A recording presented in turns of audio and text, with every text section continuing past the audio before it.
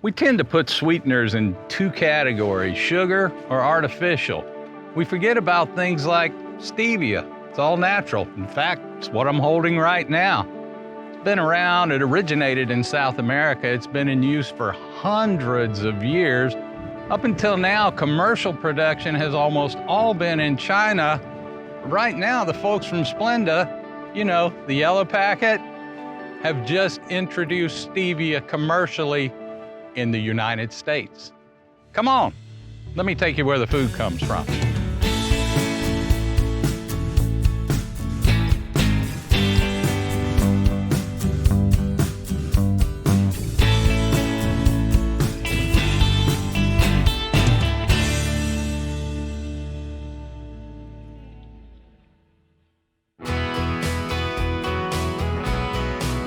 When I was a kid, I used to pick up side money working in the sugarcane fields of Georgia.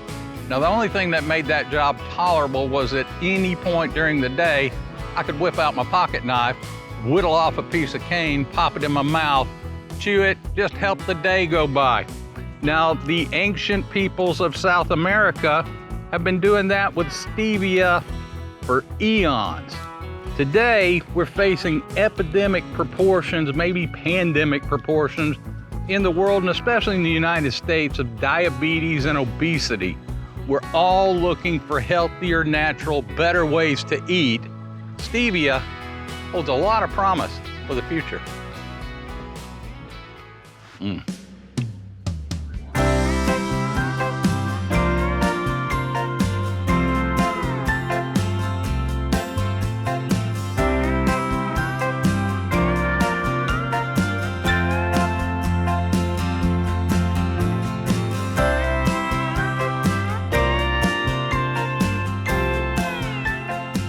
You know, Ricardo, is amazing. As recently as a year ago, to be seeing what we're looking at right now, we would have probably had to have been in China.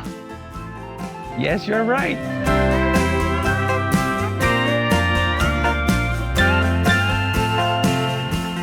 Ricardo Reyes, you are with Heartland Food Group, owner and manufacturer of the Splenda line of sweeteners. Looking at this site, this is something we would not have seen in the United States. Maybe a backyard gardener would have a few plants or something like that, but on a commercial scale and a commercial scope, this crop has predominantly, for many, many years, come from China. Exactly, that is true. China, there's other countries growing stevia, but predominantly China has been leading the way in the cultivation of stevia. Now, is that because stevia as a sweetener is more in use or more accepted or more part of cultures and cuisines around the world? Or is it just because China said, hey, we'll grow a bunch of stevia? I think they had good growing conditions and they figured out that this could be a good crop for them. Again, this plant is originary from Paraguay. So South America, there's portions of South America that are doing these efforts. But I think to do it in a massive way was the Chinese who And you had to have some scale of industrialization to be able to do that. And manage the cost and some things. So it was very important for the U.S. that when we bring it here, it makes financial sense as well, and it's good for the economy and good for, obviously, the health aspects of the plant that we will get ultimately the benefits. Because like any other crop, you've got to have the right climate, you've got to have the right soil, you've got to have all of those right conditions to make Mother Nature cooperate. Exactly, and the native plant doesn't taste that great. It's a little bit bitter, little bit, so it has some connotations, and there are people who tell us, why stevia? I tried stevia before, and it kind of tastes, I didn't like it. It's a little bitter, has these metallic notes. As the #1 brand recommended by doctors and dietitians, the Splenda brand, we want to make sure your experience is great. And whether you like Splenda Yellow, or classic Splenda, or stevia or monk fruit, whichever of the products we make, you need to be successful on your journey to reduce sugar. So we've worked for a long period of time, over 20 years, in doing cross-pollinations of the best tasting plants. There are several different types of taste buds. Every human being has a particular palette of taste buds. That's why grapefruit tastes very sweet to some people and very bitter to some other people. That's why stevia, which I've tried many times, sometimes it's good and sometimes it's not, could have that kind of off taste. But you're telling me that Heartland has created a proprietary stevia that's not going to have that bitterness and it's not going to have any off taste. Correct. Prove it. Cut a leaf. Just pull one off. Just pull one off the plant, Pop straight it in off your the mouth. plant, and then chew it almost like if it's bubble gum. Okay. Chew it for a couple seconds. Then you can spit it out if you want. He's not gonna eat it, but you're gonna see it is delicious. It's something that you could continue, enjoying throughout. Okay, which is probably not the right thing to say, but that tastes just like sugar. The sweet compounds of the plant are called steviol glycosides. Okay. It's a fancy name, but this is something that the plant has in high volumes. And within the steviol glycosides, they have steviosides and rebaudiosides. That's what makes the plant taste like sugar. Even though they're not sugars, Okay. your taste buds detect them as sweet. Mine sure did. Exactly. So through evolution of these plants and these crossbreeding programs, the bees have helped us select the best tasting plants. And by doing so, you will have a higher amount of rebaudiosides D and M that makes this plant just delicious overall. And when you say the bees have helped you select that, how so? Well, we selected them, but they helped us create, the cross-pollinations. The way we do this is we arrange plants in a cross with mother plant A and B and A and B in a cross section, and we let these plants next to an area where there's trees and flowers. Sure. The bees will do their job. Right. Then we bring those seeds and we put them on trays and we sow them. And then we start understanding which one is a little bit taller than the other and a little bit bushier than the other. But eventually, what's most important to us, which one tastes better? Classic agricultural research. Classic, It's exactly. just the way every product has been. It's how we improve on Mother Nature without resorting to genetic modification. Exactly, or we're GMO. not genetically modified. This comes basically through time and through the selection of the best plants. Absolutely. So that's what Gregor Mendel started doing like a long time ago that they taught us about in school. It's just a completely natural process with a completely natural product. And again, I said in the opening to the show, we tend to think of sweeteners in two categories, sugar or artificial. There are many alternatives in between, the most promising of which at the moment is probably stevia. Is the most popular. I will tell you that we have different, I want to call them flavors because Sure. it's about a preference of the flavor profile. You said different people have different. Exactly. And our product portfolio of Splenda, most people know us for the yellow packet, but we have yellow packets and green packets and now orange packets with monk fruit. So it depends on the application. Which is another fascinating conversation, monk fruit. Maybe Monk we'll fruit have is that another one show for someday. monk Yeah, fruit. that's another show. Yes. But it's fascinating to me to see this turn as we've come through a society where people sometimes get mad at science because they're not always right the first time. They're kind of like, whoa, scientists told us wrong. No, that was the extent of the knowledge base at the time. When they learn more things, those things change.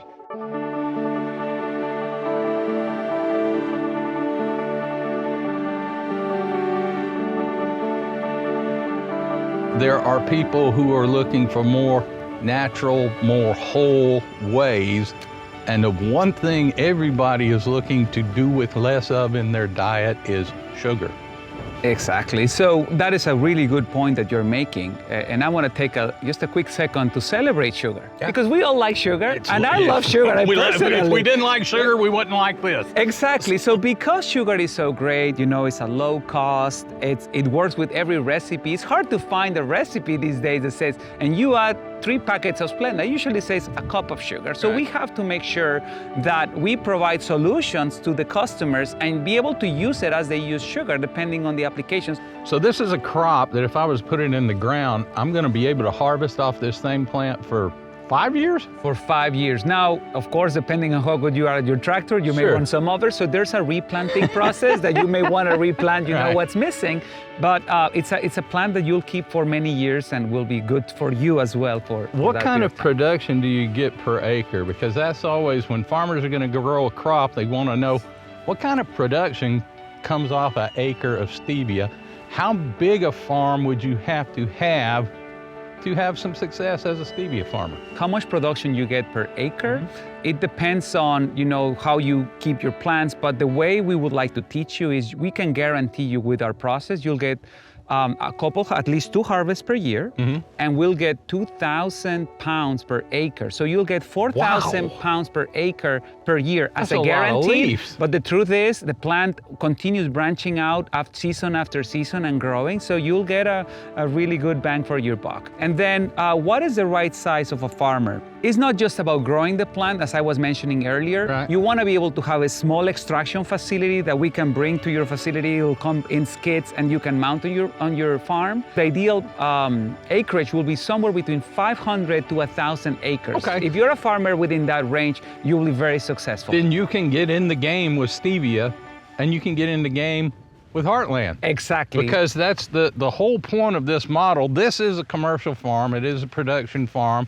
This is where the mother plants are coming from. This is where everything is happening. This is the ground zero. It's the point of origin for all of this. This is ground zero for a fully integrated facility, correct. But the next step and the process that's ongoing now is to search for small farm partners, not big corporate farms, not more Heartland farms, but actually small independent growers to partner up with Heartland Food Group to grow stevia on their farm. That is our goal and our desire, absolutely. We're That's very proud, incredible. made in America Again, and grown by U.S. farmers. It's such an important piece of this project. Why roll out the production model of almost licensing it out to small farmers? Well, there's a corporate social responsibility we carry, and it's near and dear to our heart. So we want to make sure that everybody wins. There is no need to accumulate just the benefits to a company. We want to make sure that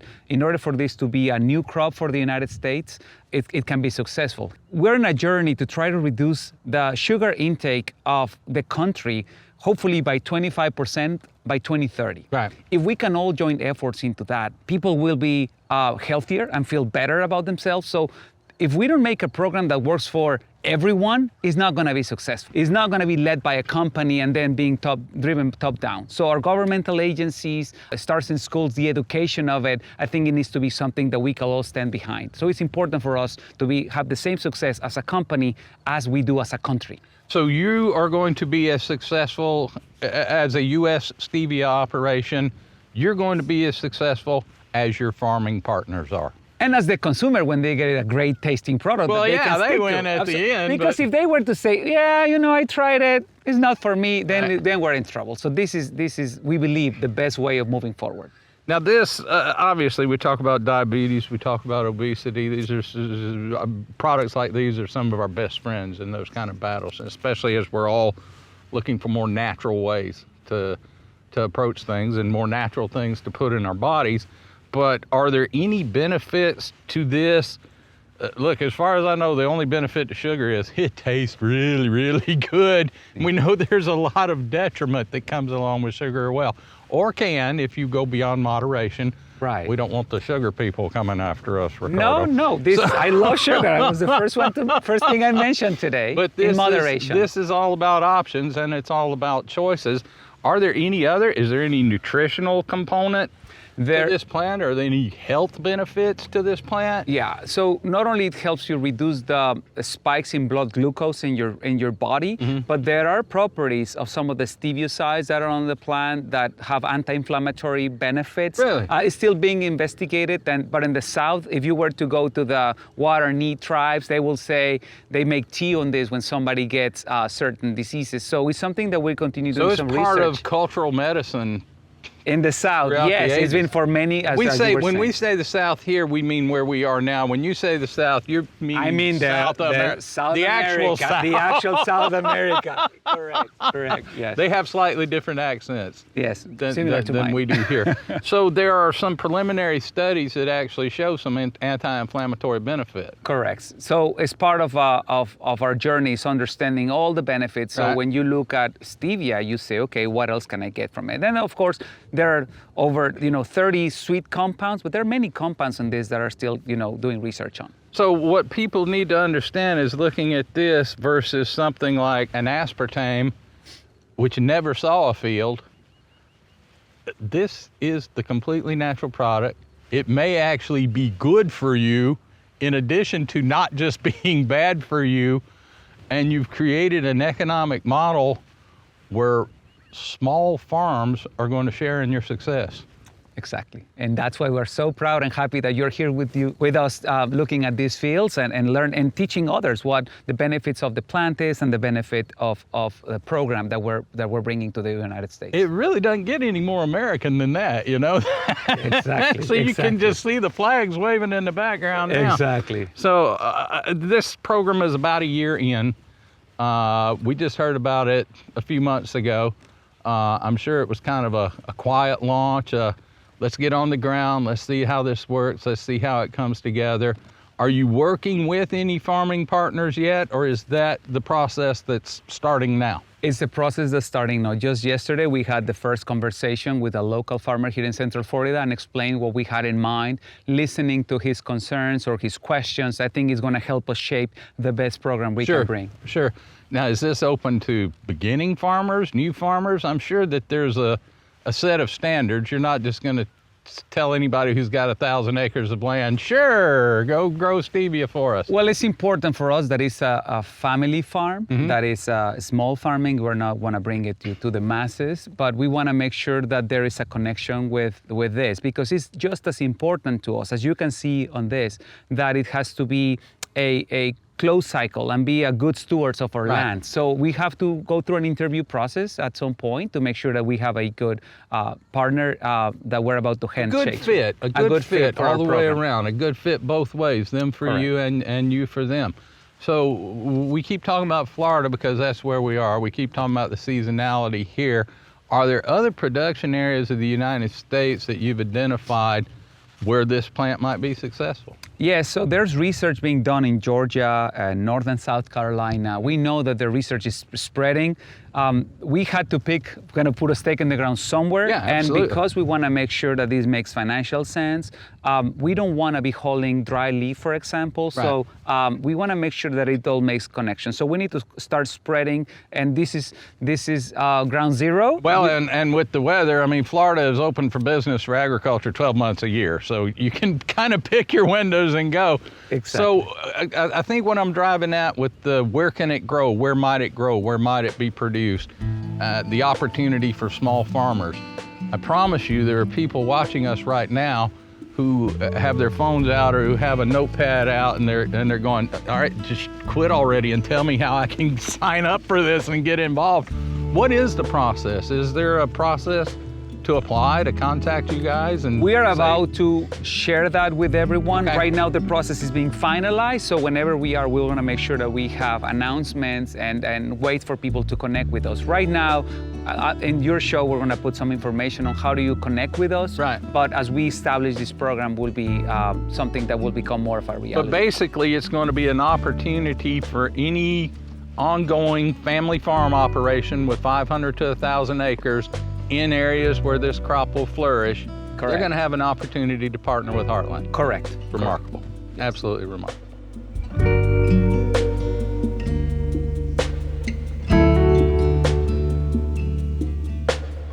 I think maybe the most remarkable thing about all of this is anybody who's already farming, if you're a small U.S. farmer, somebody who wants to be a small U.S. farmer, if you've got 500 to 1,000 acres of land, you're going to have an opportunity to work with Splenda and try your hand at growing stevia.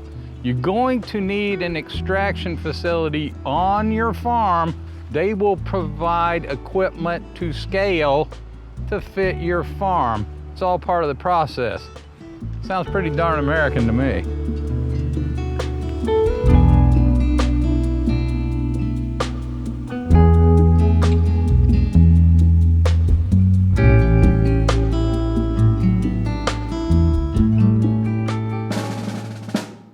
The building behind me is a really important part of the process. This is the extraction facility.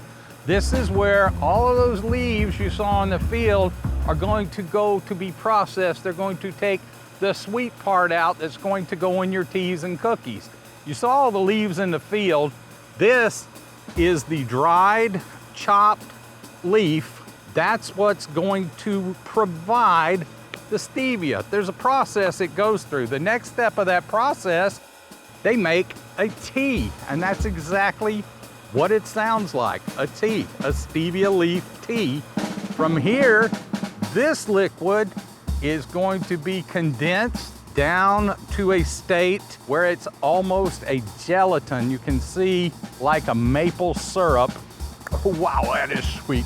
All right, from here, this material is going to be reliquefied. They're gonna add water to reconstitute, and now it looks more like a very thin honey. From here, this will be condensed even further back into the final product, which will be again in almost that jelly-like state. Then it will be on its way to you, or to be turned into powder or whatever you need. What's left over is what's gonna make a whole lot of cows happy. This is the remaining bioorganic matter after the extraction process. This is gonna be turned into feed for animals or plowed back into the ground to make the soil even richer.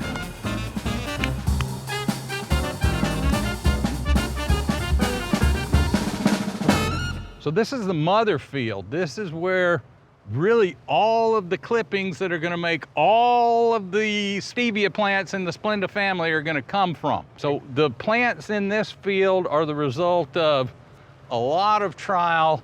We've already talked that this farm has been in operation in Florida for about a year, but it didn't start here. Tell me the research history that led you to this point where you were able to come to Central Florida and establish this farm in a year's time. Okay, over the last 20 years, we've been doing crossbreedings of these plants. Make sure that the taller plant and the bushier plant will get combined with the plant with a better flavor profile. Right. So over the last 20 years, we've landed to a couple hundred plants that we really like. And where was that research done? A lot of the research was done by Heartland in South America, and now we're bringing to the United States our top horses, the best of the line. So 20 years of research and development in Brazil led to the preferred Splenda varieties. Correct. Is there further winnowing out that's done here? Are you cutting it down even further? So the research and development program continues. We already have the first crossings happening here in Central Florida, but it will continue evolving. What we want to make sure is people can really taste the difference between sugar or stevia. So Right. we're very close right now, and we continue closing that gap. And So that these is plants are simply the best. through traditional breeding and crossbreeding. It has nothing to do with genetic modification. No genetics, it's This just is getting just the the good old-fashioned way, trying to use two parents to make the best possible offspring and to make it better generation by generation by generation. Exactly. And by the way, all of the plants behind us Yeah. is the same plant. They all came from the one mother that we continue taking clippings from, and those clippings is the exact same genetics. We'll create more and more. And now you're propagating all the other plants. All stevia in the world under the Splenda brand is going to begin its life for now right here. Right here, you're So seeing it right just now. little clippings come off here? I just Yes. pick off a little You piece? can take a little piece, and any of those will have obviously the same genetic information Okay. as the rest of the plant. Right? So what we do is we bring that plant to our propagation area, which I'm gonna take you to. Okay. Let's do it. Here we go. So you're going home, little guy. He's going That's to his so new cute. home. Those are just, it's really a beautiful plant too.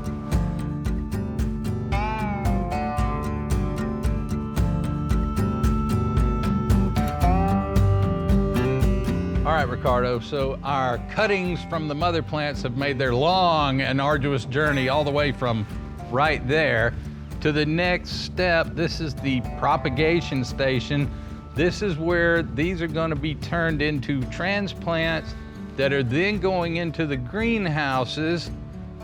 That's what's going to become the plants that then go into the field for commercial production. Correct. Okay, so what's the secret sauce How do I do this? The first step is they're soaked for a few minutes. Well, before you do that, the first thing our workers do is they come in the morning before the sun is out. So they come from our fields and they get our mother plants. They get little cuts of those. They give them a little haircut, let's put it that way. Just like these. Just like what that. We're holding. And what the workers do is they remove the bottom leaves from the main stalk. So these have already been stripped. Those on your right have been stripped, and that exposes the nodes. So in the bath to your right-hand side, that's a hormone bath. That is a growth hormone that would promote the rooting process. You let them soak for a period of time, and then you get them out of the soaking solution.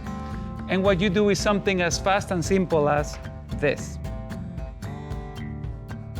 And when we say the nodes, that's actually the little bump. The little bump on the stem underneath. that is where the leaves were attached. Correct. That's really the sweet spot. That's the sweet spot. of this plant. So when it hits the substrate, our soil and the strays, it will, with time, is going to start creating roots. Now, I am nowhere near the speed But you gotta go of faster. other people. I think I'd already be fired by now, or might not be hired in the first place. But do you have any idea how many this crew can produce in a day? The current crew can do 116,000 of these per day in an 8-hour shift. In order for America to have plants that we can bring to them, the Splenda stevia plant is gonna be in the millions. So we need to scale this up, and that's a little bit of the limited factor right now. Yeah. If somebody in your audience says, when can I start? Well, we need to continue growing the facilities behind me to make sure that we can make enough seedlings for everyone to put in their fields. At some point, they're going to be able to get in touch with Splenda, to get in touch with Heartland, and find out about opportunities to grow this crop themselves. Exactly. So we collect all the trays in carts, and then we move them so far away. Another long, arduous journey. Long, arduous journey. Let's take Maybe that 20 journey. steps. Okay. My tray packing speed was suboptimal. Obviously, I did not finish this whole tray of clippings. We picked one up. Now we're going to pick up the journey and show you where it goes from here. Let's go, Ricardo. Let's go. Woo! This thing drives like my first car. Takes a little practice.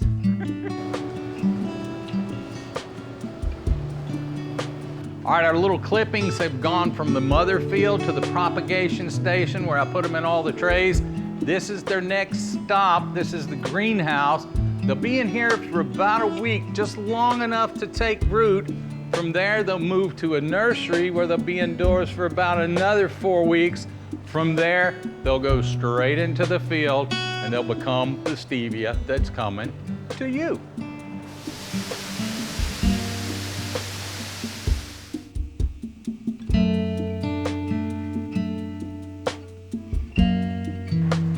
After all that hard work, the proof is literally in the pudding, or in this case, the lemonade. It's wonderful to come out and see stories like this. It's important to understand there are people everywhere working to make the world better. We often think most of those people are smaller players. We don't often think on a grand corporate scale that someone like Heartland would be involved in something like this. So now it's time for me to ditch the little sissy cup. I got a little traveler here. I'm gonna fill up one for the road. I'm gonna make it an Arnold Palmer. I'm gonna put on my hat. And I'm gonna head on out here where the food comes from.